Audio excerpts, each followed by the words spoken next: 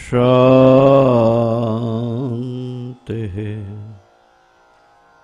शांति।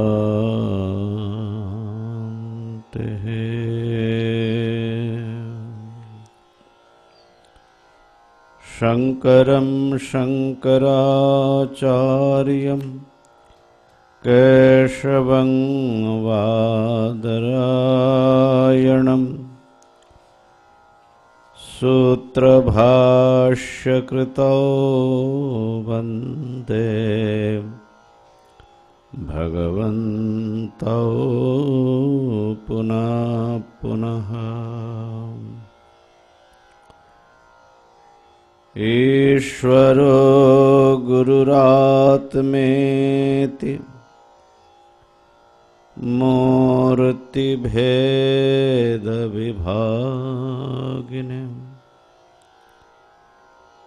व्योमवद्व्याप्तदेहाय दक्षिणामूर्तये नमः।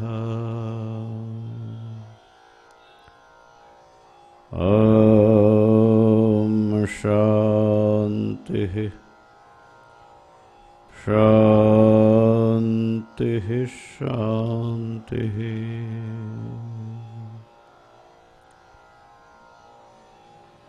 हरि ओम हरि ओम हरि ओम।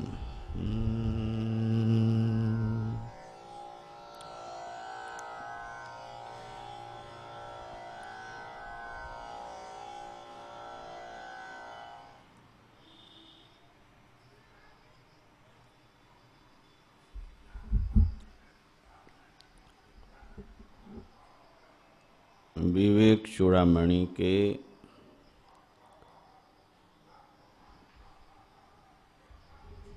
द्वारा उनके इस ग्रंथ के विचारों का अनुसरण करते हुए हम लोग सूक्ष्म शरीर से आत्मा का विवेचन कर रहे हैं। आत्मानात्म विवेक प्रकरण चल रहा है। 107 नंबर श्लोक का एक बार उच्चारण करते हैं। 107 108। विषयानामानुकुल्ये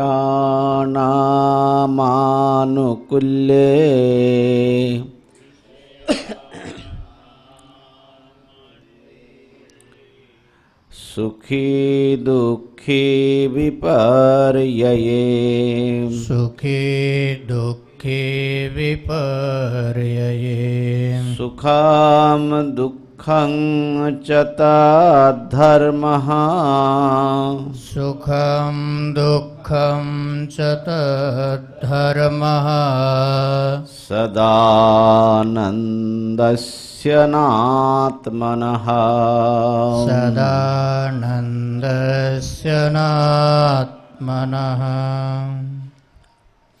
विषयाणामानुकुल्ये सुखी दुःखी विपर्यये सुखं दुःखं च तद्धर्मः सदानन्दस्य नात्मनः आत्मार्थत्वेन हि प्रेयान् आत्मार्थत्वेन हि प्रेयान् विषयो न स्वतः प्रियः विषयो न स्वतः प्रियः स्वत एव हि सर्वेषां स्वत एव हि सर्वेषाम्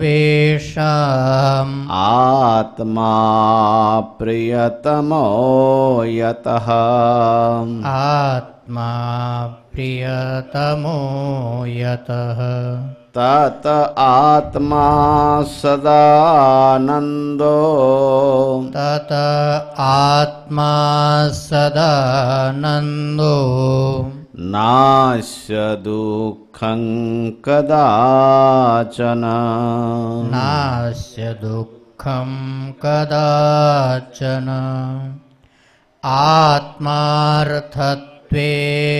हि प्रेयान् विषयो न स्वतः प्रियः स्वत एव हि सर्वेषाम् आत्मा प्रियतमो यतः ततः आत्मा सदानन्दो नास्य दुःखं कदाचन। सुख दुख ये सब अंतःकरण के धर्म हैं। चिदाभास के द्वारा प्रदीप्त जो अंतःकरण है उसका धर्म है। सदा आनंद स्वरूप आत्मा के धर्म नहीं हैं।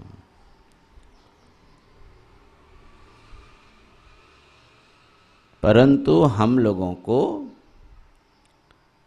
ये सुख दुख आत्मधर्म रूप से प्रतीत होता है। अर्थात अहम सुखी अहम दुखी इस अनुभव के द्वारा हम चेतन तत्व को ही सुखी दुखी मानते हैं। तो उसका विवेक कैसे करना है?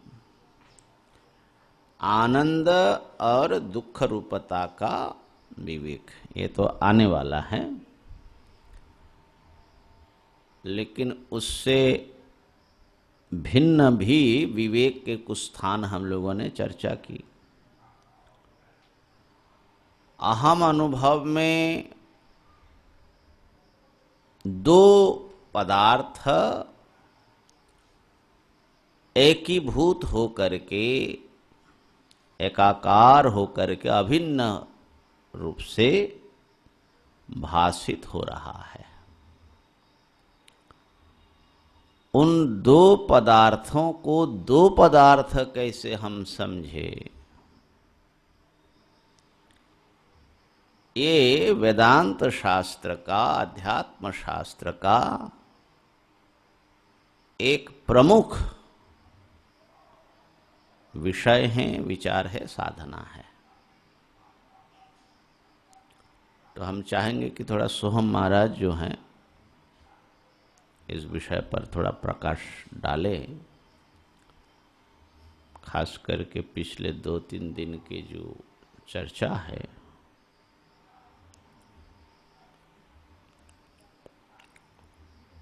कैसे हम अहम में दो अंश भास रहा है, दोनों अंश को हम अलग अलग कैसे पहचान सके।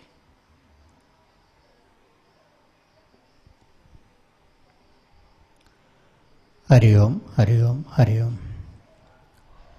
विवेक चूड़ामणि के स्वाध्याय में विगत कुछ दिनों से हम लोग सूक्ष्म शरीर का जो चिंतन विवेक चूड़ामणि में प्रस्तुत किया गया है, इसको आधार बना करके बहुत प्रकार का विचार यहाँ पर किया गया। और विगत 2-3 दिनों से ये विचार चल रहा था कि हमारी जो अहम अनुभूति है, अहम अनुभूति में जो पदार्थ प्रकाशित होता है, हम अहम करके जिसको समझते हैं या जब अहम पद का प्रयोग हम जिसके लिए करते हैं, इसमें शुद्ध आत्म चैतन्य भी प्रकाशित होता है और जो चिदाभास है वो भी प्रकाशित होता है।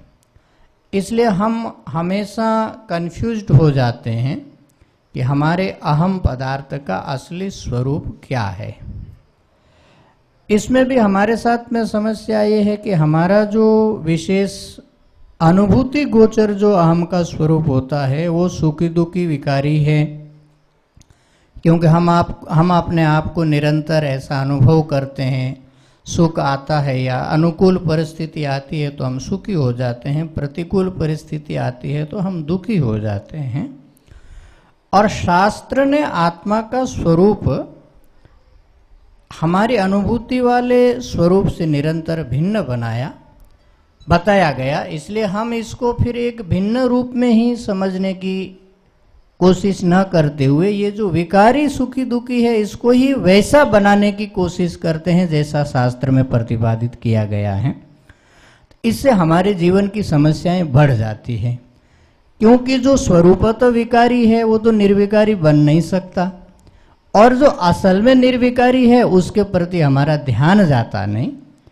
इसलिए वेदांत का ये जो चिंतन है कि हमारे आम अनुभूति के भीतर दो सत्ताओं का मिलन हो रहा है, उसको विवेक करके अलग जानना, ये वेदांत की साधना के लिए या परम तत्व को जानने के जिज्ञासु के लिए जानना बहुत जरूरी है। अब हम इसको अलग करके कैसे जाने कि हमारे अपने ही अहम के दो स्वरूप हैं। तो जैसा कि विगत दिनों में विचार हुआ, एक स्वरूप तो हमारे पकड़ में बहुत आसानी से आता ही है, मैं सुखी हूँ, मैं दुखी हूँ, या मैं दृष्टा हूँ, मैं शब्द रूप रस गंध स्पर्श का अनुभव कर रहा हूँ, मैं जागरण में विषयों का दूसरे ढंग से अनुभव कर रहा हूँ, स्वप्न में मेरे अनुभूति का स्तर बदल जाता है, सुषुप्ति में अनुभूति का स्तर और बदल जाता है। और ये तीनों अलग अलग ही हैं। जागृत का अनुभव करने वाला सुषुप्ति में उस रूप में नहीं दिखाई देता, स्वप्न में भी नहीं दिखाई देता, स्वप्न का अनुभव करने वाला सुषुप्ति में नहीं दिखाई देता। परंतु हमें ये ज्ञान रहता है कि मुझे जागृत अवस्था का अनुभव हुआ था, फिर ये भी ज्ञान रहता है कि मुझे स्वप्न अवस्था का अनुभव हुआ था, और हम लोगों को ये भी ज्ञान रहता है कि मुझे सुषुप्ति का भी अनुभव हुआ था।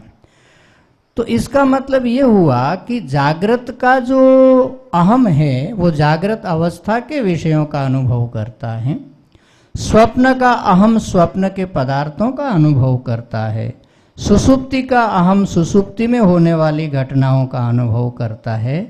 परंतु एक कोई सत्ता है जो जागृत स्वप्न सुषुप्ति सब कुछ जिसके सामने घटित हो रहा है वो जागृत का भी अनुभव करता है, वो स्वप्न का भी अनुभव करता है, वो सुषुप्ति का भी अनुभव करता है। और वो जो अनुभव करने वाली सत्ता है वो कोई उदासीन सत्ता या हमारे से कोई दूर की सत्ता नहीं है, वो हम स्वयं हैं। इसलिए हम ये अनुभव करके बोलते हैं कि हाँ, मैं जगा था, मैंने स्वप्न देखा था और मैं सोया था। ये जो कल एक दृष्टांत गुरुदेव ने एक अंतिम में दिया था, वही नाटक दीप प्रकरण वाला, एक नाट्यशाला के भीतर एक दीपक प्रज्वलित है। पहले केवल दीपक प्रज्वलित हो रहा है, सारी कुर्सियां खाली पड़ी है, वहां पर कुछ नहीं है, परंतु जो कुर्सियां पड़ी है और जो सब खाली है इसका प्रकाश हो रहा है। फिर नाट्य मंचन प्रारंभ होता है तो कलाकार आते हैं, उनकी विभिन्न भंगिमाएं प्रकाशित हो रही है। और जब नाटक समाप्त हो जाता है तो जब सब दर्शक चले जाते हैं, नर्तकी चली जाती है, तब भी दीपक वो वहाँ पर जो पीछे अवशेष रहता है उस खाली मंडप का प्रकाश करता रहता है। हमारी आत्म चेतना भी ऐसी है, सुषुप्ति में कुछ नहीं है, हमारी अनुभूति एकदम लगभग नहीं के बराबर जाकर के पहुंची होती है। हम कहते हैं कि मैंने कुछ अनुभव नहीं किया, फिर स्वप्न में थोड़ी हलचल होती है, फिर जागृत में पूरी घमासान के साथ अनुभूतियों का एक अंबार उभर करके आता है, और सुषुप्ति में फिर पुनः जैसे लगा कि मंडप सब दर्शक चले गए, मंडप पूरा खाली हो गया। तो कोई एक सत्ता है जो इन सब बदलावों को, सब अनुभूतियों को, सब परिवर्तनों को अपलक रूप से देखता रहता है, अनुभव करता रहता है, वो हमारे अपने आत्मा का एक या हमारे अहम के भीतर आया हुआ जो अविकारी सत तत्व है, उसका स्वयं प्रकाश तत्व है, उसका एक रूप है जो हमारे भीतर, हमारे अंतःकरण के भीतर मौजूद रह करके उसका साक्षी बन करके, भीतर मौजूद रह करके कहने से कंफ्यूजन हो जाएगा, उसका साक्षी बन करके सब का प्रकाश करता रहता है। प्रत्येक अनुभूति के भीतर भी हम उस तत्व का अनुसंधान कर सकते हैं। जैसे गुरुजी ने कल दृष्टांत देकर के समझाया था कि जब मैं पुस्तक देखता हूं, तो ये कैसा है, आपने कभी अनुभव किया होगा, बहुत अंधेरे में यदि आप टॉर्च जलाए तो टॉर्च का प्रकाश सामने की तरफ फोकस करता है और सामने उसके जो पदार्थ पड़ता है वो प्रकाशित होता है, परंतु टॉर्च पूरी की पूरी जो पीछे अंधकार में रह जाती है। और कोई यदि आपके हाथ में प्रकाश हो तो उस प्रकाश से फिर टॉर्च का ये प्रकाश और वो जो सामने टॉर्च जिसको प्रकाशित कर रही है वो सब दिखने लगता है। टॉर्च का काम है वो सामने जो पड़ेगा उसको दिखा देगी, परंतु उसका पूरा अपना स्वरूप पीछे अंधेरे में रह जाता है। इसी प्रकार ये जो प्रमाता है या ये जो ज्ञाता है, ये क्या करता है, ये वृत्ति के माध्यम से किसी पदार्थ को प्रकाशित करता है। तो जब ये एक कोई वृत्ति बनाता है, घटाकार वृत्ति, पटाकार वृत्ति या किसी भी आकार की वृत्ति जब ये प्रमाता बनाता है तो ये प्रमाता उसमें फोकस्ड हो जाता है और ये घट का उसके लिए प्रकाश हो जाता है, परंतु वो स्वयं जो प्रकाश कर रहा है उधर उस परमात्मा का ध्यान नहीं रहता है। परंतु जैसे ही उसको पूछा जाए कि घट का अनुभव किसने किया, तब वो कहता है कि अहम घटम अनुभवामि, मैं घट का अनुभव कर रहा हूं। तो ये जो एक तो घट प्रकाशित हो रहा है ये एक अनुभूति है, घट का प्रकाश हो रहा है ये एक अनुभूति है, घट को प्रमाता अनुभव कर रहा है ये ज्ञान का एक स्तर है, और मैं घट को अनुभव कर रहा हूं ये एक दूसरे स्तर की अनुभूति। इस ज्ञान में विषय थोड़ा बढ़ जा रहा है, वो अनुभव करने वाला मैं भी उसमें आ रहा है, अनुभव होने वाला पदार्थ घट भी उसमें आ रहा है, और ये जो उसको घट को प्रकाश करने वाला जो ज्ञान पदार्थ है वो भी उसमें आ रहा है। ये एक अलग ज्ञान है जो किसी भी अनुभव कर्ता के अनुभव करने वाले कर्ता को, उसके अनुभव्य पदार्थ को और उसके अनुभूति को भी एक साथ युगपत तीनों को प्रकाशित करता है। ये हमारे प्रत्येक अनुभूति के साथ घटित होता है। तो ये जो एक सत्ता है अपलक रूप से, बिना पलक झपकाए हुए, बिना किसी एक इवेंट को मिस किए हुए, दिन भर रात भर अखंड रूप से हमारे प्रत्येक क्रिया का प्रकाशन करती है, ये भी जो सत्ता है ये चेतन सत्ता, निर्विकार सत्ता है। और इसके प्रत्येक प्रकाश को हम अपना कह करके अनुभव करते हैं कि हाँ इसको तो सोया मैं था, जगा मैं था, ये मैंने प्रकाश किया, ये मैंने नहीं जाना, ये मुझे ज्ञान नहीं हुआ। तो एक कोई अखंड ज्ञान हमारे अपने चेतना के साथ जुड़ा हुआ है जो प्रत्येक बदलाव को, प्रत्येक परिवर्तन को हमारे सामने उपस्थित करता है। वो ज्ञान शाश्वत ज्ञान है, नित्य ज्ञान है जो हमारे अहम अनुभूति के भीतर प्रकाशित हो रहा है। तो ये जब तक हम अहम के भीतर आए हुए दो अलग अलग पदार्थों को अनुभव के स्तर पर नहीं जोड़ पाएंगे या नहीं ला पाएंगे, तब तक आत्मा के असली स्वरूप का परिचय हमारे लिए कठिन हो जाएगा। फिर केवल इस विकारी आत्मा को या चिदाभास आत्मा को ही हम ठोक ठाक करके, झाड़ पोछ करके निर्विकार करने की कोशिश करेंगे, जो कि कभी संभव नहीं है। करना हमको केवल विवेक है। चिदाभास एक विकारी सत्ता है जो कि हमारे अहम में भाषित हो रहा है, और उसके साथ ही एक शाश्वत चैतन्य सत्ता भी अहम के रूप में प्रकाश पा रही है। वो शाश्वत चैतन्य सत्ता हमारे अपने आत्मा का असली स्वरूप है।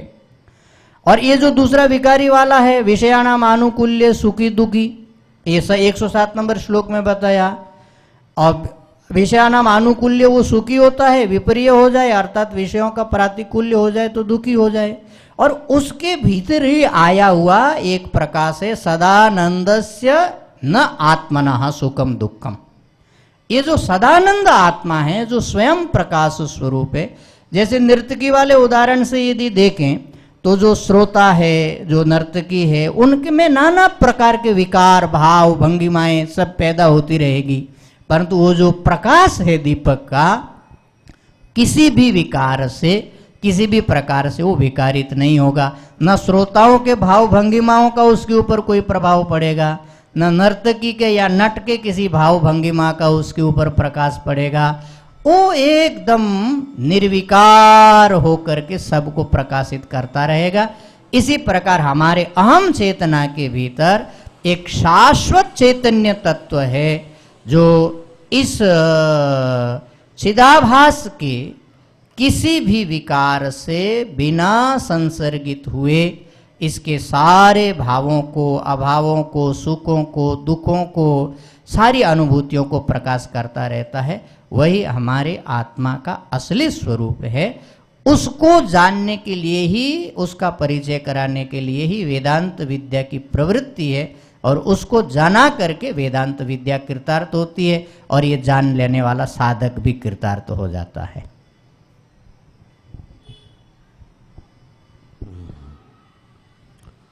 हरिओम हरिओम। तो अहम में जो दो अंश हैं, चिदंश और अंतकरणांश, जड़ांश, उसका विवेचन हम लोग सुन रहे थे। कल एक विषय का उत्थापन किया था कि जो कुछ भी प्रयास से जाना जाता है, किसी प्रमाण व्यापार से, मनोव्यापार से, इंद्रिय व्यापार से जो अनुभव होता है, वो अनुभव अंतःकरण का है, चिदाभास का है। और जो बिना व्यापार से, बिना प्रमाणों को व्यापार किए नित्य विद्यमान अनुभव है, अजन्य अनुभव है, वो आत्मा का, शुद्ध आत्मा का स्वरूप है। तो इस विषय को अगर ठीक से समझा जाए, जहां तक एफर्ट हो रही है, क्रिया हो रही है, वह अंतःकरण का ही पार्ट है। वो जो ज्ञान है, वो ज्ञान असल में आया हुआ ज्ञान है। वो ज्ञान जलने वाला और बुझने वाला ज्ञान है। तो जलने वाला, बुझने वाला, ये जो जागृत अवस्था है, अभी जो कुछ हम लोगों को अनुभव में आ रहा है, ये कैसा ज्ञान है? नित्य ज्ञान है कि अनित्य ज्ञान है? अनित्य है। हाँ, वो तो प्रमाण व्यापार से हो रहा है। तो अनित्य ज्ञान जो है वो तो पकड़ में आ जाता है। क्या कोई नित्य ज्ञान भी है इसमें?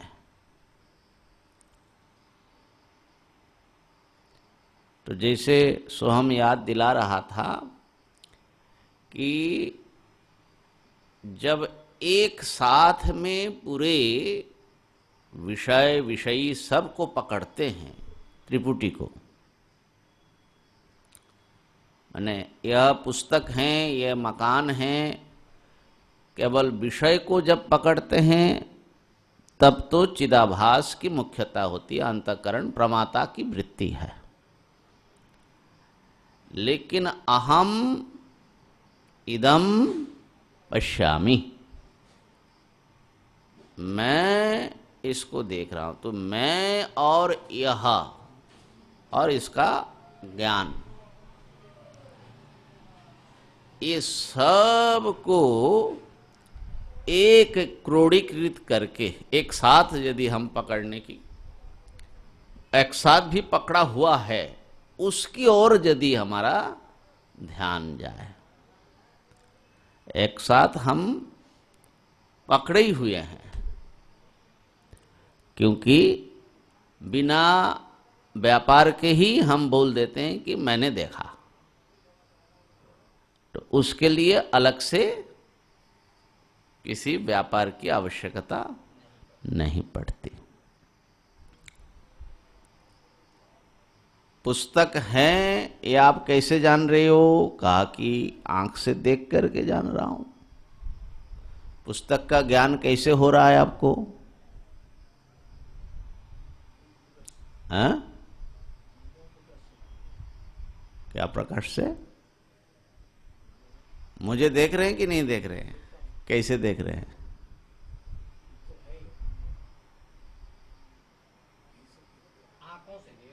आंखों से देख रहे हैं। हाँ, आंख से, और आंख के पीछे मन है आपका, मन के पीछे आप हैं, तो इसके द्वारा आप मुझे देख रहे हैं। तो आप जो मुझे देख रहे हैं वो तो नेत्र से देख रहे हैं, लेकिन आप जो देख रहे हैं कौन? कौन देख रहा है?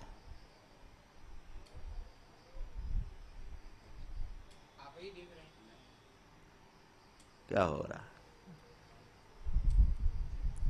चक्षु देखता है? नहीं, चक्षु तो पुस्तक को देख रहा है, मुझे देख रहा है। लेकिन जो देखा कि नहीं देखा आपने, ये किससे देखा?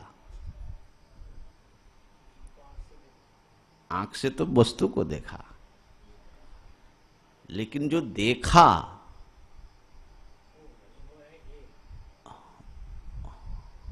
वो जो ज्ञान हुआ, वो कैसे देखा आपने?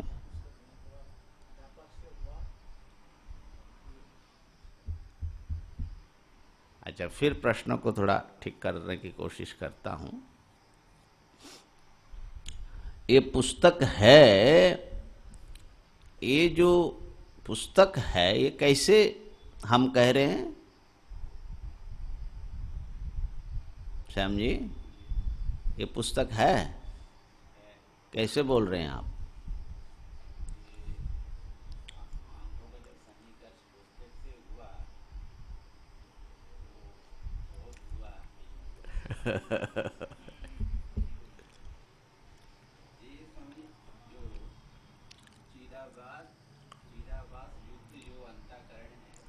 उसी से हम देख रहे हैं इसको।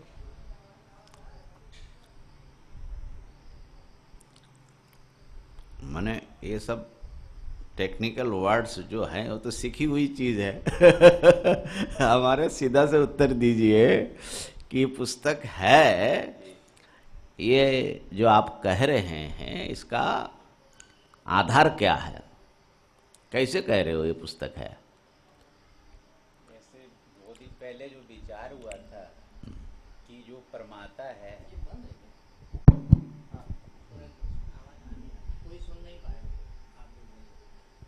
जो अंतःकरण अवच्छिन्न जो चैतन्य है, जो परमात्मा है, तो प्रमाण के माध्यम से जब विषयाकार वृत्ति बनती है तो तभी हमें जो बोध होता है जो पुस्तक है। ठीक, माने पुस्तक का ज्ञान होने से हम कह पा रहे, ज्ञान के द्वारा। अगर पुस्तक का ज्ञान नहीं होगा हमको, तो हम कह पाएंगे कि पुस्तक है? तो पुस्तक है,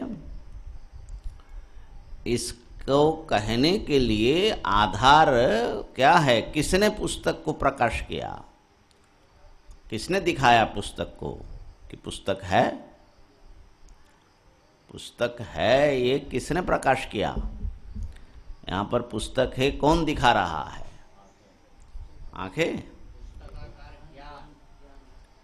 आंखों से जो ज्ञान, अगर मान लो आंख खुली हो और ज्ञान न हो तब भी तो नहीं। आंख तो एक साधन मात्र है, लेकिन असली चीज जो है, इसको दिखाने वाला दिया कौन सा है? मन। मन कहां से क्या ले आ रहे हो? ज्ञान ज्ञान ज्ञान सीधी सी चीज है। जितना अनुभव में आ रहा है क्या है? ज्ञान होने पर हम कहेंगे पुस्तक है, ज्ञान नहीं होगा तो कितना भी आपका मन हो, इंद्रिय हो, प्रमाता हो, कुछ भी हो, कैसे बोलोगे? तो किसी भी वस्तु का प्रकाश कौन कर रहा है? पूरा माने ठोक करके नहीं बता रहे, जैसे भीतर माने डरे हुए लोग हैं ठोक करके क्यों नहीं बता रहे? पकड़ में आती नहीं, वो चेतना को, मन को, इंद्रियों को कंफ्यूजन बहुत है। कभी लगता है आंख प्रकाशित कर रहा है, कभी लगता है अरे मन भी प्रकाशित कर रहा है, कभी लगता है कि ये जो लाइट भी प्रकाश कर रहे हैं।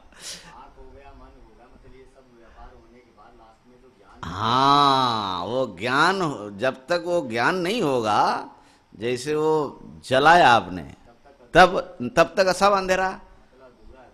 हाँ, तो ज्ञान ही उस सारे क्रियाकलाप का फल है। जैसे माचिस बॉक्स जो है, घिसते घिसते घिसते फर्स्ट से जब जला तभी अंधेरा जाएगा ना, है ना?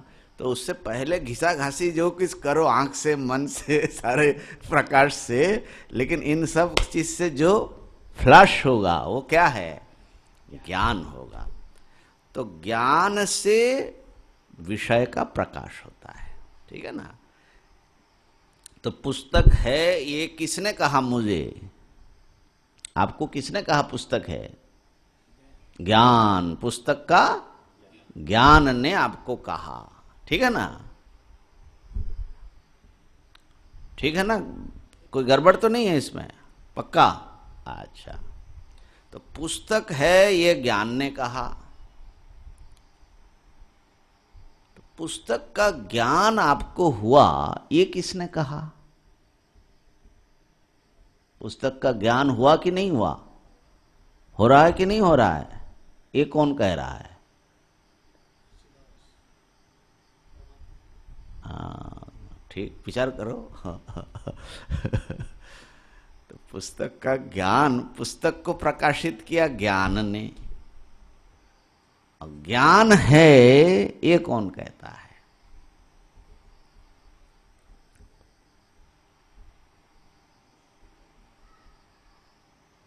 ज्ञान है ये आप जान करके बोलते हो कि बिना जाने बोलते हो? जान करके बोलते। इसका मतलब ज्ञान हुआ, इसका एक अंतर ज्ञान आपके पास है, ये माने बिना नहीं। तो ज्ञान हुआ और आपको पता ना लगा तो तब तो फिर उसका कोई मतलब नहीं होगा। तो हाँ, ऐसा होता भी नहीं है कि ज्ञान हुआ तो उसका नाम ज्ञान ही नहीं होगा। तो महाराज, ज्ञान का, ज्ञान करने के लिए बहुत कुछ करना पड़ेगा क्या? पुस्तक के ज्ञान करने के लिए तो आंख खोलना, मन लगाना, बहुत कुछ करना पड़ता है। लेकिन जो ज्ञान हुआ उसको समझने के लिए कुछ व्यापार की आवश्यकता पड़ती है। हाँ, उसको बिना कुछ किए हम जान जाते हैं कि हाँ, हमको ज्ञान हुआ। तो इसलिए वेदांत में 3 सत्ता की बात आती है प्रमाण की दृष्टि से। वस्तु है ये कहने वाला है ज्ञान, ठीक है, और ज्ञान है ये कहने वाला जो ज्ञान का ज्ञान, अंतर्ज्ञान हमने जिसको कहा, वो एक दूसरा ज्ञान है। तो दूसरा ज्ञान और पहले ज्ञान में हम लोगों को फर्क समझना जरूरी है। पहला ज्ञान जो है वो चिदाभास का है और दूसरा ज्ञान जो है वो आत्मा का स्वरूप है। तो अंतर ज्ञान उत्पन्न विनाशील नहीं है। ये ज्ञान हुआ, ये ज्ञान नष्ट हो गया, दूसरा ज्ञान हुआ, ये सब बताने के लिए अंतर्ज्ञान हमेशा मौजूद रहता है। हमेशा वो नित्य ज्ञान विद्यमान है। तो उस नित्य ज्ञान के प्रकाश से बल्कि प्रमाता और प्रमाण, प्रमेय, प्रमिति, ये सारा जो है उस अंतर ज्ञान, नित्य ज्ञान, स्वतः प्रकाशित जो ज्ञान है, बिना व्यापार किए, बिना चेष्टा किए, बस वो है। उसको होने के लिए आपको कुछ भी करना, पहलवानी करने की जरूरत। अन्य ज्ञान को प्राप्त करने के लिए तो बहुत मेहनत करना पड़ता है, लेकिन एक ज्ञान आपके पास महाराज ऐसे हैं जिसके लिए हमको कुछ भी करने की आवश्यकता नहीं होती, वो हमेशा है। और जो बिना किए मिल जाता है उसका फिर कीमत भी नहीं होता। इसीलिए हम लोग जो है उसको कुछ गिनते उनते नहीं है। और असल में आप जो 2 दिन से समझाने की कोशिश भी कर रहे हैं ना, हाँ, तो खूब आग्रह से पकड़ना नहीं चाह रहा। मैंने देख रहे कोई वेदांत एक टेक्निक माने माइक ले लो, माइक ले लो। जैसे कोई लगता है कि जैसे कोई पहेली बुझाना माने नया एक चीज ट्रिक समझाना, हाँ, तो माने ट्रिक समझाने जैसा लग रहा है कि स्वामी जी कोई एक नया वेदांत का ट्रिक बता रहे, माने वही ब्रह्म है और सीधा पकड़ में भी आ रहा है बुद्धिवृत्ति से, परंतु बुद्धि को पकड़ने का इतना आग्रह नहीं है। माने कोई वेदांत का एक टेक्निक होगा जो स्वामी जी बता रहे, कोई और बात है, एक कोई और बात होगी, सब बातों जैसी, उसमें उतना दिमाग क्या देना है। एक कोई और बात है जो जैसा स्वामी जी डेली समझाते बहुत सारी बातें, एक बात और समझा रहे, उसमें उतना ध्यान देने का क्या है। तो ये जो 2 ज्ञान है, एक अनित्य ज्ञान है जो निरंतर आ रहा है, निरंतर जा रहा है, ठीक, और एक आने जाने वाला ज्ञान दूसरे आने जाने वाले का प्रकाश, उससे पीछे आने वाले का भी प्रकाश नहीं कर सकता, उससे आगे जो चला गया उसका भी प्रकाश नहीं कर सकता। आपने थोड़े दिन पहले नाव वाला दृष्टांत दिया था कि एक नौका आई और वो विलुप्त हो गई, तो उससे आगे जो विलुप्त हो गई थी उसका भी ये खबर नहीं दे सकती है, और जो विलुप्त हो गई वो पीछे आने वाले की भी खबर नहीं दे सकती हैं। खबर वो दे सकते हैं जो तट पर, किनारे पर खड़ा है और जिसके सामने से सब गुजर रहा है। तो हम जब निरंतर अनुभव करते हैं कि हजारों अनुभूतियां आ रही है और जा रही हैं, और प्रत्येक अनुभूति अपना काम करके जा रही है। घटानुभूति घट का प्रकाश करके जा रही है, पटानुभूति पट का प्रकाश करके चली जा रही है, परंतु हमारे इन हजारों अनुभूतियों को मैंने सबको देखा, ये सब मेरी अनुभूतियां थी जो आई और गई। तो इनका जो एक युगपत प्रकाश करने वाली महाअनुभूति जो खड़ी है, ठीक, जिससे सारी अनुभूतियां प्रकाशित हो रही हैं, वो अनुभूति तो ब्रह्म है, वो अनुभूति तो चैतन्य है, वो अनुभूति निर्विकार सत्ता है। ये इस अनुभूति से व्याख्या किया जा रहा है, ये कोई ट्रिक नहीं समझाया जा रहा है। ये जो शाश्वत चैतन्य का प्रकाश हमारे भीतर हो रहा है उसको समझाया जा रहा है भैया, ये ट्रिक नहीं है कोई।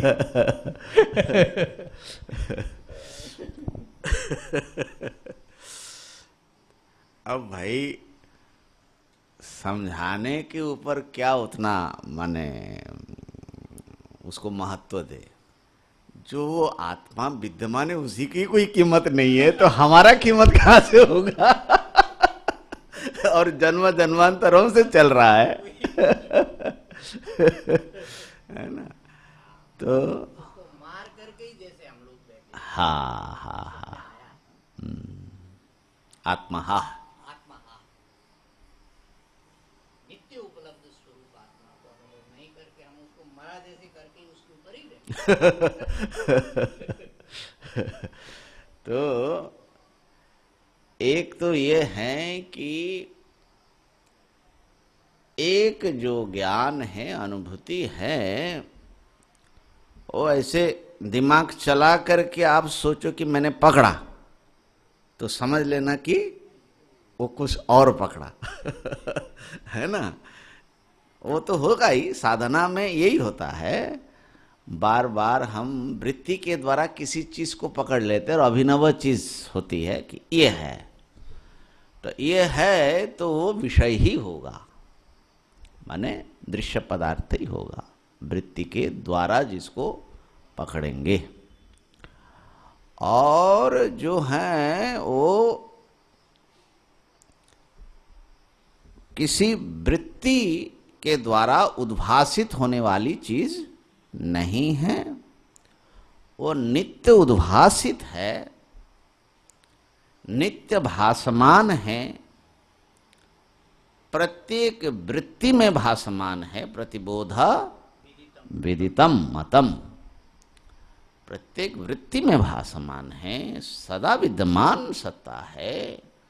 जागृत स्वप्न सुषुप्ति सब उसके द्वारा प्रकाश पाते हैं और जो है आते जाते हैं, लेकिन वो सदा विद्यमान है। तब एक प्रश्न होगा, यदि आत्मा सदा विद्यमान है और उसका प्रकाश भी सदा हो रहा है, तो फिर हम इतना मेहनत क्यों कर रहे हो? तो प्रकाश है ही, आत्मज्ञान तो सदा विद्यमान है। तो हम वेदांत विचार करके फिर क्या पाना चाहते हैं? और जिसको पाएंगे वो आत्मा ना हो करके कुछ और ही होगा।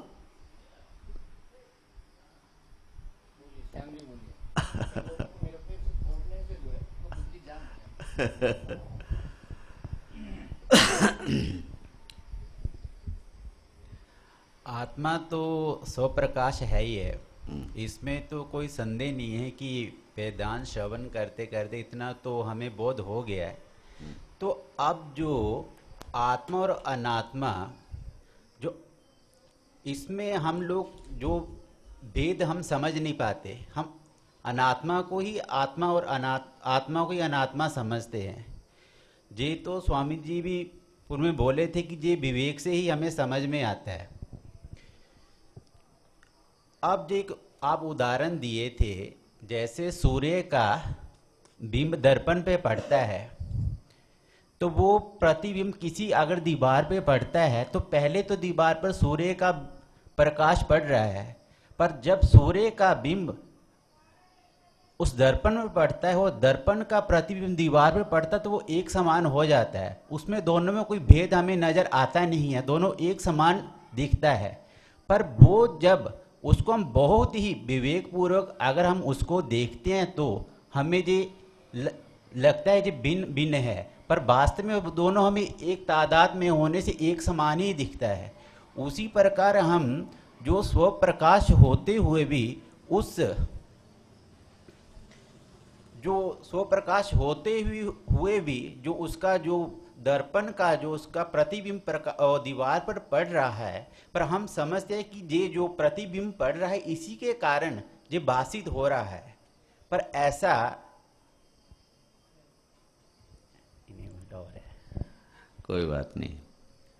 सो हम वृत्ति बनाने की क्या आवश्यकता है? 2 मिनट अच्छा, हाँ, ये हमने कहा जब आत्मा प्रकाश सदा विद्यमान है तो फिर हम लोग विचार करके पुनः उसको जानने की कोशिश कर क्यों रहे?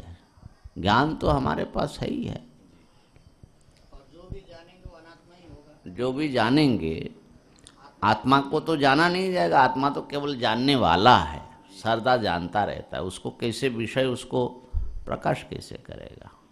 वृत्ति उसको प्रकाश कैसे करेगा? इसकी चर्चा अभी की नहीं वैसे हमने, चलो फिर भी आप तो सुने हुए हो, बताओ कुछ। हाँ, आत्मा तो स्वप्रकाश है ही है, क्योंकि वो किसी वृत्ति के द्वारा जानी नहीं जा सकती, किसी प्रमाण के द्वारा उसको जाना नहीं जा सकता। ठीक। क्योंकि वो स्वप्रकाश है। तो स्वप्रकाश होने से जो हम स्वतः ही स्वप्रकाश और प्राप्त है, तो उसको प्राप्त किस लिए किया जाए? क्योंकि जो हम जानेंगे वो अनात्मा ही जानेंगे वृत्ति के द्वारा।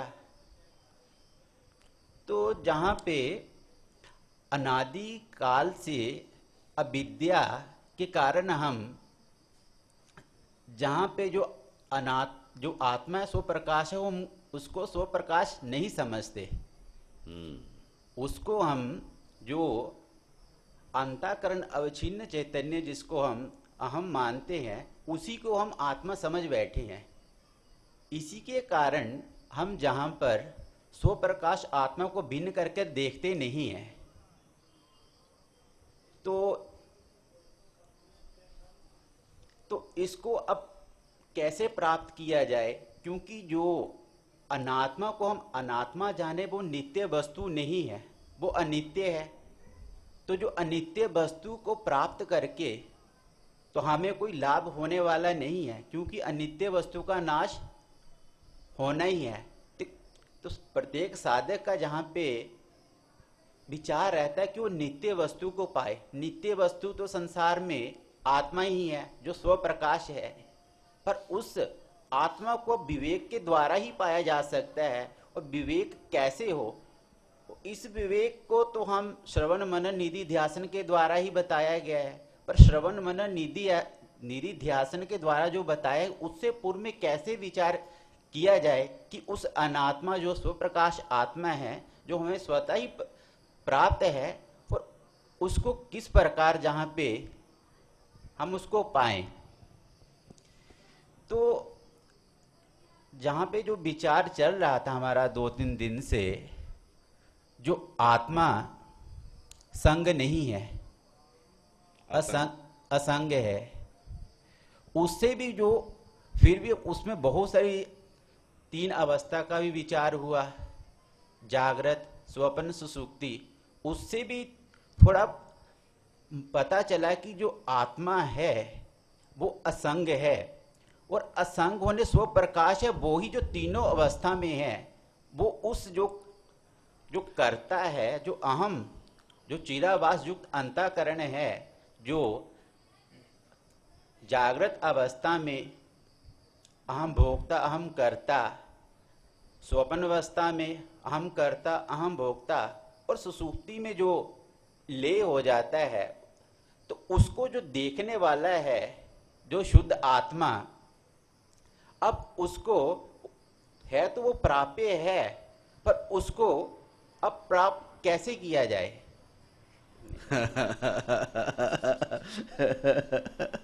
चलो कोई बात नहीं, अच्छा प्रयास था। असल में प्रश्न ही थोड़ा कठिन है। हाँ, उस विषय का श्याम जी का भी खूब चिंतन हुआ नहीं है। अभी हुआ नहीं। प्रश्न ये था कि ये जो जिस नित्य चैतन्य की या शाश्वत चैतन्य की चर्चा कर रहे हैं, हमारे अहमानुभूति में आ रहा है, और बाकी सब का प्रकाश जो कर रहा है, एक तो वो नित्य उपलब्ध है, दूसरा उसको जाना नहीं जा सकता, क्योंकि आत्मा तो ज्ञाता है, जो जानेंगे वो अनात्मा ही होगा, दृश्य हो जाएगा। और फिर प्रश्न ये उठता है कि तो फिर ये जो सारी वेदांत की जो साधना है, इस साधना का फिर फल क्या है? किस लिए हम ये वेदांत साधना कर रहे हैं? तो ऐसा बहुत बार विचार हुआ स्वाध्याय में, और गीता जी के 18 अध्याय के भाष्य में हम लोग इस बार सिद्धवाड़ी में जो विचार कर रहे थे, वहाँ पर भगवान भाष्यकार ने स्पष्ट रूप से बताया कि आत्मा को जानने के लिए प्रयास करना ही नहीं। जितना आप आत्मा को जानने का प्रयास करेंगे वो आपका विफल ही होगा, वो सफल प्रयास नहीं हो सकता, क्योंकि जिसको जाना ही नहीं जा सकता, जो अवांग मनस गोचर है, उसको जानने का प्रयास करने का कोई मतलब नहीं है। जो कभी दृश्य हो ही नहीं सकता, उसको दृश्य बनाने की कोशिश करना निरर्थक प्रयास होगा। करना क्या है, या वेदांत की साधना का फल क्या है? जिन जिन अनात्म पदार्थों को हमने आत्मा समझ करके रखा है, वेदांत की साधना यही है, वो हमें ये समझा दे कि ये आत्मा नहीं है, ये आत्मा नहीं है, ये आत्मा नहीं है, ये आत्मा नहीं है। सारी अनात्म बुद्धि जब निवृत्त हो जाएगी, वो स्वयं प्रकाश वस्तु प्रकाश को प्रकाशित करने के स्वरूप वाले अंतःकरण में स्वतः उपलब्ध है, नित्य वहाँ प्रकाशित हो रही है, प्रकाशित होने की भी जरूरत नहीं है। उस प्रकाश की तरफ हमारा अभी अनात्म वृत्तियों में ध्यान होने के कारण ध्यान नहीं जा रहा है। सारा अनात्म अध्यास शांत हो जाएगा तो स्वयं प्रकाश हमारे आत्मा के स्वरूप में निरंतर प्रकाशित हो ही रहा है। तो साधना का क्षेत्र है अनात्म अध्यास को, जिन जिन अनात्माओं को हमने आत्मा समझ करके रखा है उनको तोड़ फेंकना, इतना ही साधना का फल है वेदांत की साधना का। ना तो आत्मा को देखना है, न आत्मा दिख सकती है, और न दिखने वाला कोई पदार्थ आत्मा हो सकती है।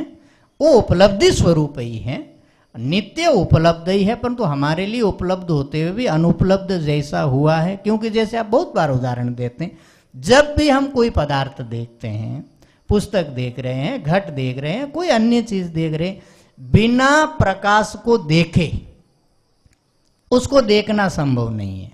या जब आप कमरे में जाकर के पूछते हैं कि कुछ है कि नहीं कमरे में, तो बिना आकाश के हुए तो कोई चीज हो सकती नहीं है। कमरे में ठसाठस आकाश भरा हुआ है, परंतु फिर भी हम जाकर के पूरा दृष्टि मार करके घूम करके आकर के कहते ना कमरे में कुछ नहीं है, कमरा खाली है। क्योंकि वो नित्य उपलब्ध जो वस्तु है वहां पर हमारी दृष्टि सहज रूप से जाती नहीं है। जैसे प्रकाश हमारे अनुभूति के लिए ये यूज टू हो गया, हमेशा हर अनुभूति के साथ प्रकाश हो रहा है। इसलिए जब घट में भी प्रकाश और घट दोनों प्रकाशित हुआ, पट में भी प्रकाश और पट दोनों प्रकाशित हुआ, तो जो नयापन आया उसमें हमारी बुद्धि अटक गई। जो निरंतर उपलब्ध था उसको हमारी बुद्धि ने छोड़ दिया, और ये अभ्यास करते करते फिर निरंतर उपलब्ध को इग्नोर कर देती है। तो ये जो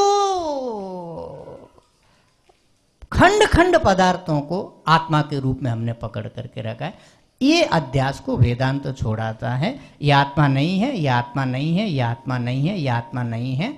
बाद में जो अवशेष बचता वो स्वयं प्रकाश सत्ता ही बचती। तो यही वेदांत के साधना की उपयोगिता समझ में आती है। आपने बहुत अच्छा बतलाया कि हमारा मुख्य काम है अनात्मा को अनात्मा समझना, माने ये आत्मा नहीं है ऐसा समझना। तो ठीक है, लेकिन आत्माकार वृत्ति की, ब्रह्माकार वृत्ति की आवश्यकता शास्त्र ने बतलाया। तो ऐसी स्थिति में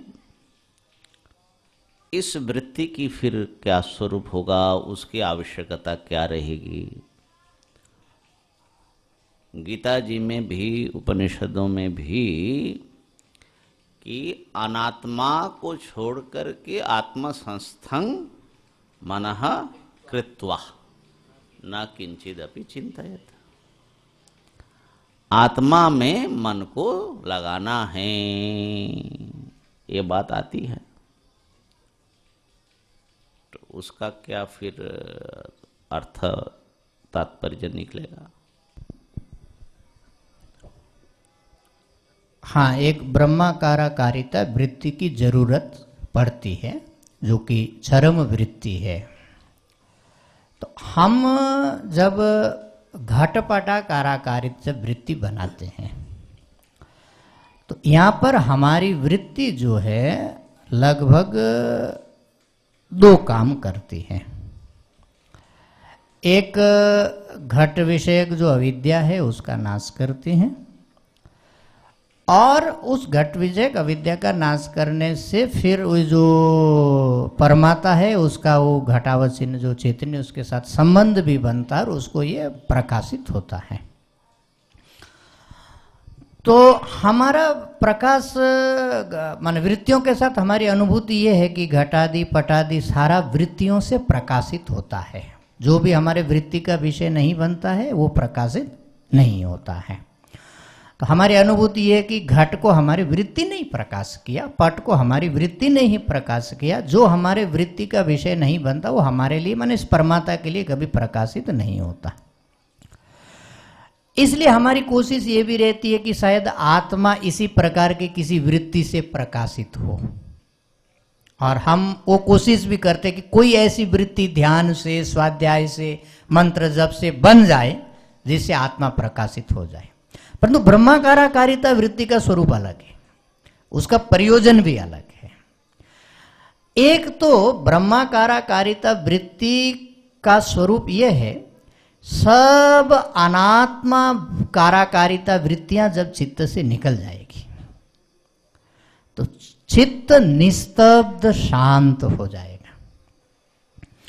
उस निस्तब्ध शांत चित्त में वो जो ब्रह्म चैतन्य है वो प्रकाशित होगा। तो हमारा अंतःकरण उस ब्रह्म के अनुभूति को अनुभव कर पाएगा। उसके भीतर जो ब्रह्म सत्ता प्रकाशित हो रही है उस ब्रह्म सत्ता को वो पकड़ पाएगा हमारा चित्त। हमारे चित्त का ये स्वभाव है वस्तुओं का अनुभव करना, प्रतीक को वो अनुभव कर लेता है फट से।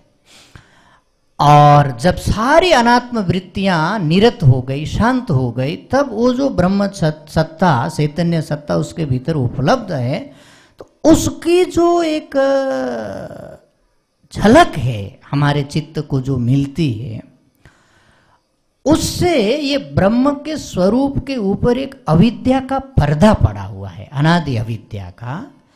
तो उस वृत्ति बनने से माने चित्त को ब्रह्म की एक झलक मिलने से अनुभूति, क्योंकि वृत्ति बनाना ये कहना इसलिए संभव नहीं है। घटाकाराकारिता वृत्ति बनाई जा सकती क्योंकि घट एक परिच्छिन्न पदार्थ है, हमारा अंतःकरण जाकर के उसको लपेट सकता है, वो हमारे अंतःकरण के पकड़ में आ सकता है। परंतु ब्रह्म कोई ऐसी परिच्छिन्न वस्तु नहीं है कि हमारा अंतःकरण जाकर के उसको घेरा करे। तो इसका दृष्टांत भी भामती में आया। हम लोगों ने विचार करते समय सोचा था कि जैसे एक महाविशाल सूर्य छोटे दर्पण के भीतर आकर के प्रतिबिंबित होता है तो पूरा का पूरा सूर्य छोटे दर्पण में दिखता है। तो हमारा चित्त भी कुछ कुछ दर्पण के जैसे गुणों से युक्त है, जो कि इस अनंत ब्रह्म के प्रतिबिंब को ग्रहण करने में समर्थ है और निरंतर उसके भीतर वो प्रतिबिंबित हो ही रहा है। सारी अनात्म वृत्तियां जब शांत हो जाएगी, निवृत्त हो जाएगी, तो उस ब्रह्म को वो चित्त की एक वृत्ति पकड़ेगी। उससे होगा केवल इतना, इस ब्रह्म सत्ता के ऊपर अनादि अविद्या का जो पर्दा पड़ा हुआ है वो पर्दा, वो वृत्ति फाड़ देगी, वो हट जाएगा। इसको अविद्या विनाश आप बोल सकते हैं। उससे वो जो स्वयं प्रकाश चैतन्य है वो तो पहले से ही प्रकाशित हो ही रहा है, अब वो निरावृत होकर के प्रकाशित होने लग जाएगा। तो ये जो एक अनादि आवरण पड़ा हुआ है उसको हटाने के लिए ब्रह्माकाराकारिता वृत्ति की जरूरत पड़ेगी, जो कि श्रवण मनन निधिध्यासन करते करते सारी अनात्म वृत्तियां जब शांत हो जाएगी तो सहज ही हमारा अंतःकरण उस एक ब्रह्म को पकड़ेगा। ये शब्द ठीक प्रयोग नहीं, उसके आकार में वो आकारित हो जाएगा, उसको ही ब्रह्माकाराकारिता चित्त वृत्ति कहा जाएगा। ऐसा मुझे दिख रहा थोड़ा थोड़ा। तो ऐसे है, थोड़ा जगह ऐसा ही है वो जगह ऐसी है। तो इसमें मैंने वेदांत की शब्दावली में कहे तो आत्मा वृत्ति का विषय है, फल का विषय नहीं है। वृत्ति व्याप्ति है, फल व्याप्ति नहीं है। इसका तात्पर्य समझने की है, हम नाना चीजों को जान रहे हैं और हर चीजों को जो जान रहे हो उसमें वृत्तियां बन रही है, वृत्तियां जो है उस वस्तु को प्रकाश कर रही है। ऐसा जिंदगी बिता देने पर भी आत्मज्ञान नहीं होता है। आत्मा के विषय में जो भ्रांतियां हैं, जो अविद्या है, अज्ञान है, उसका नाश नहीं होता है। तो इसलिए निश्चित रूप से हम अपने अंतःकरण को अंतर्मुख करना पड़ेगा, माने उसका फोकस बदलना है। किधर फोकस करना है? जानने वाले की ओर। तो जानने वाले ज्ञेय विषय की ओर जब उसको माने फेंकते हैं तो ज्ञेय वस्तु को, अनात्म वस्तुओं को, नाम रूपों को प्रकाशित करता है। और ज्ञाता की ओर जब उसको लौटाते हैं कि जान कौन रहा है, तो निश्चित रूप से हमारा मन या अंतःकरण का जो है टर्न अबाउट, माने मुंह उसका घूम जाता है। इसी के लिए बोलते हैं कि अंतर्मुख, माने अंदर की ओर उसका मुख होता है। तो अंदर की ओर मुख होने से वो अहमाकारा वृत्ति वही है। अब ये अहमाकारा जो वृत्ति है, ये वृत्ति इदमाकार वृत्ति से भिन्न है। आत्मा तो सभी वृत्तियों में प्रकाशक रूप से बैठा हुआ है,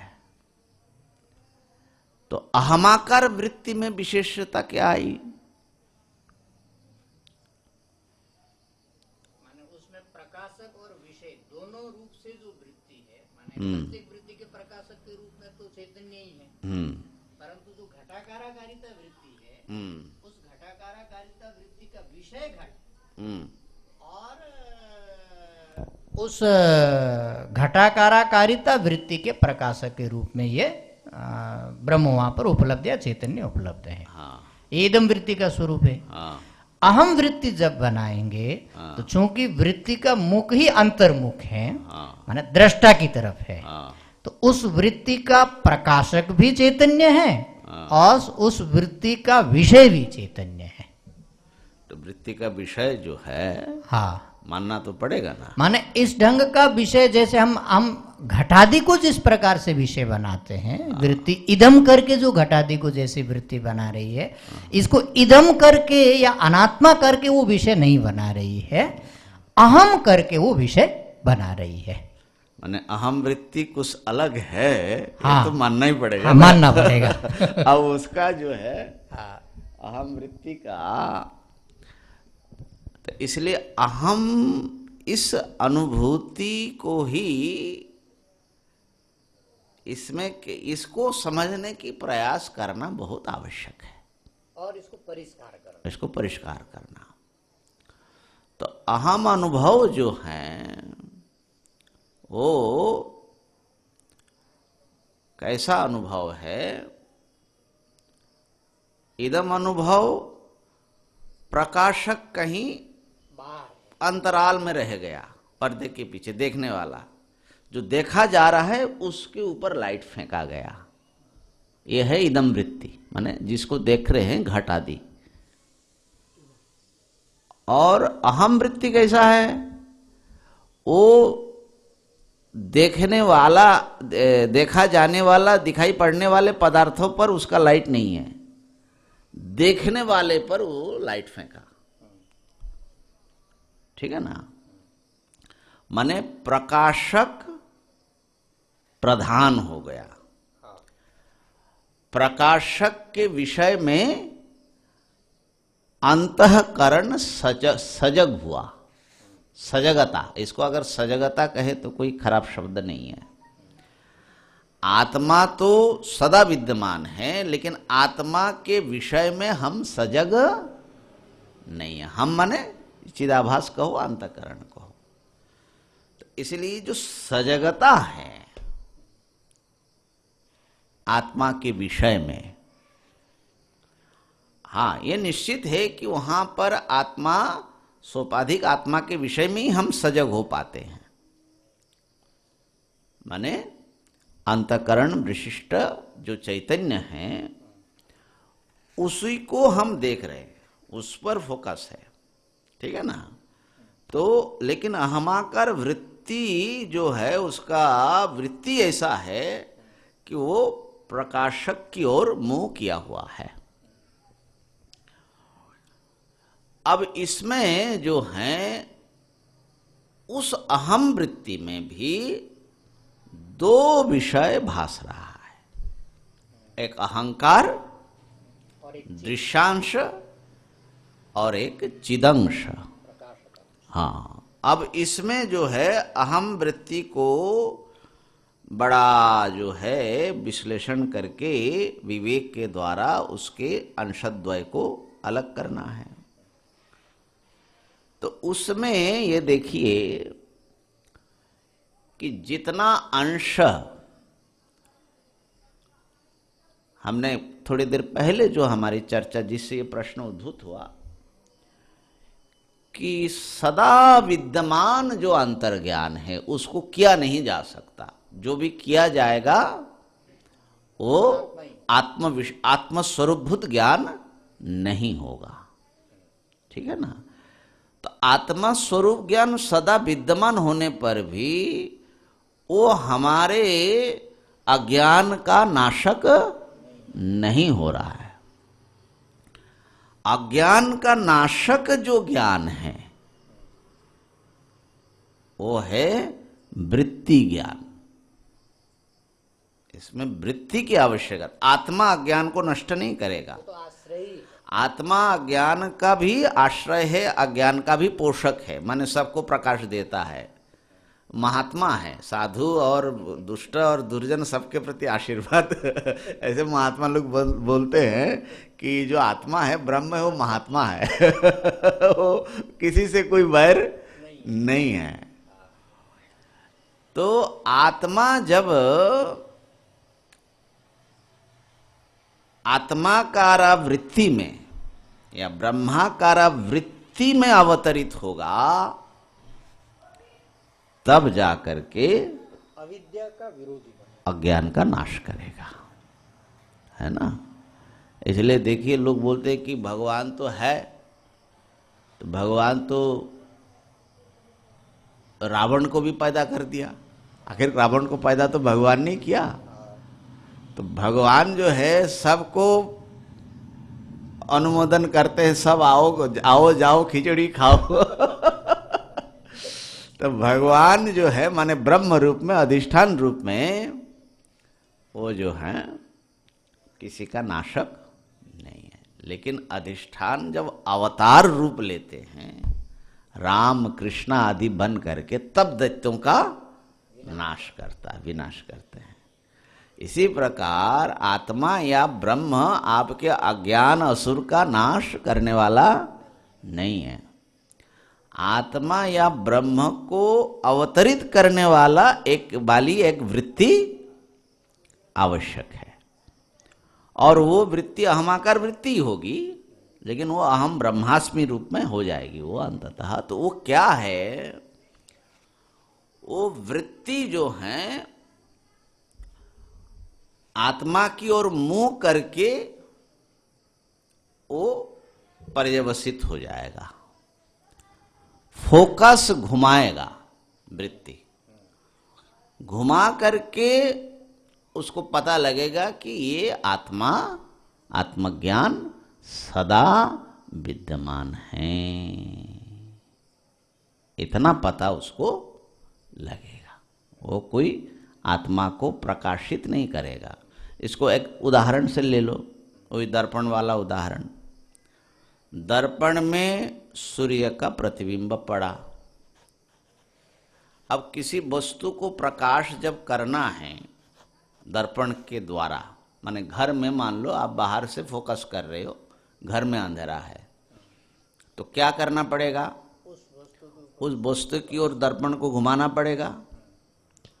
तो दर्पण घूमेगा, इतने से क्या वस्तु का प्रकाश हो जाएगा? अगर वहां एक पर्दा हम लगा दे सूर्य और दर्पण के बीच में, तो खाली दर्पण घुमाने से क्या दर्पण भी जड़ है, वस्तु भी माने अप्रकाश रूप है।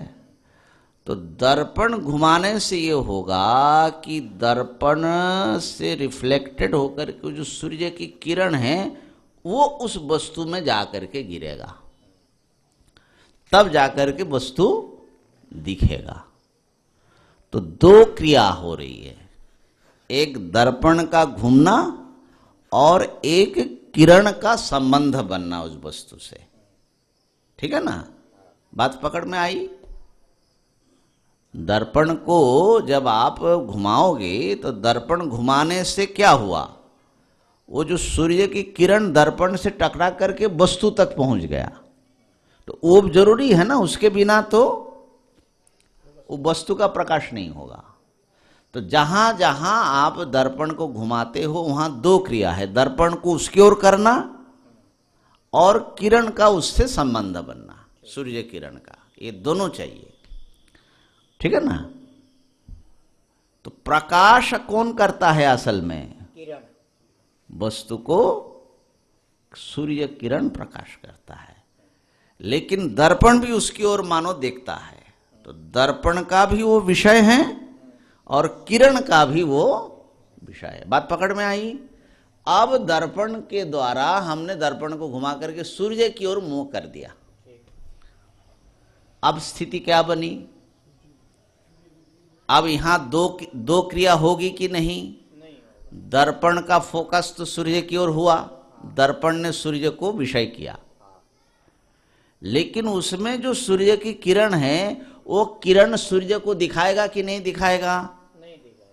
नहीं दिखाएगा। वो तो सूर्य के किरणों से अभिभूत हो जाएगा, दब जाएगा। और ठीक है ना। तो इसी प्रकार अंतःकरण आत्मा का किरण ले करके सारे दुनिया को दिखा रही है।